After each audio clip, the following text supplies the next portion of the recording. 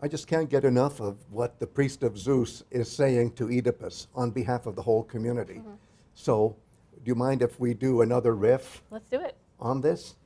And I love the way here the priest of Zeus, speaking for the whole community, says to Oedipus, you freed us.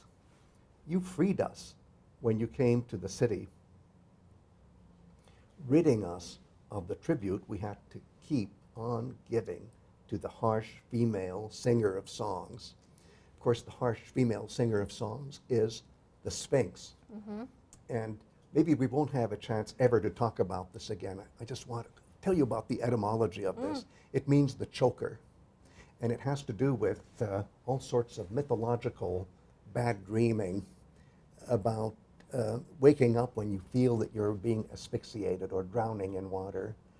And that's what the Sphinx is all about. It's a nightmare about being choked. Wow, okay. Having the breath throttled out of you.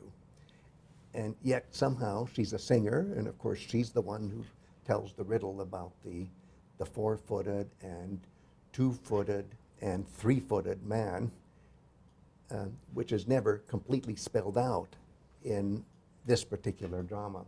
But anyway, I had to tell you that. And so anyway, Oedipus comes and solves the riddle, Yes. and as the priest of Zeus says here, ridding us of the tribute.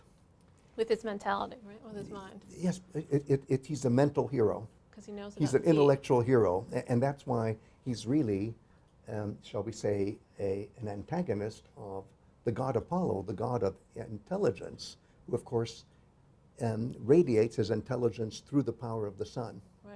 And that's why the vision of Oedipus will be so important. So riddle solving is everything for this intellectual.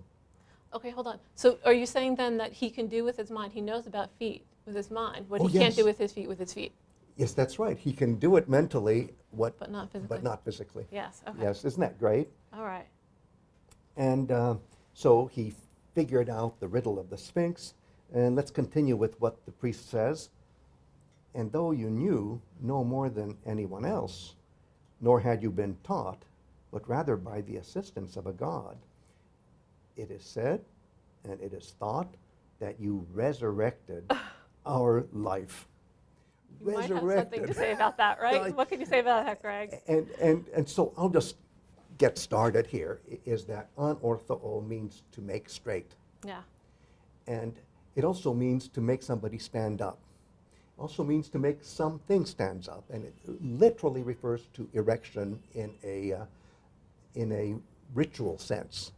And I'm thinking of Egyptian religion where resurrection and erection are so closely tied together. In Greek myth, it's harder to see, but you see it here.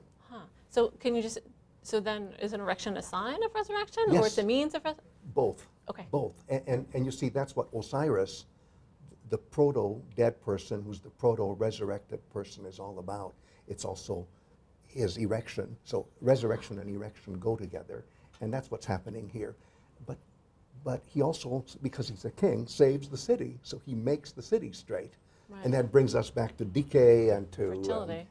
making things straight, making plants flourish properly, making sure that the ship of state sails in a straight path. So it's all coming together here, isn't Yes. it marvelous? So that's what he did. You resurrected our life. How's that? And then let's fast forward a little bit to 46. Come, best among mortals, says the priest of Zeus.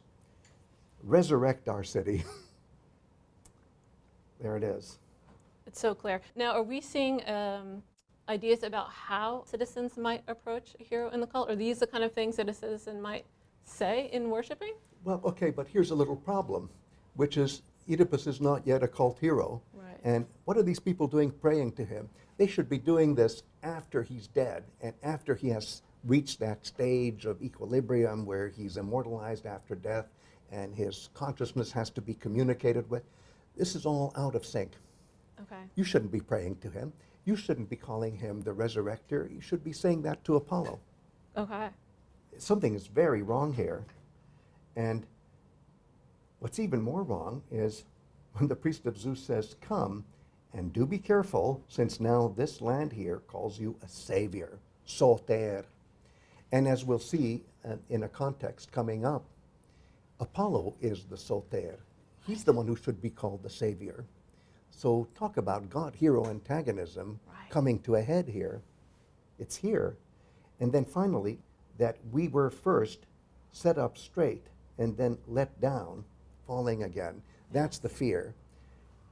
Don't set us up and then let us down.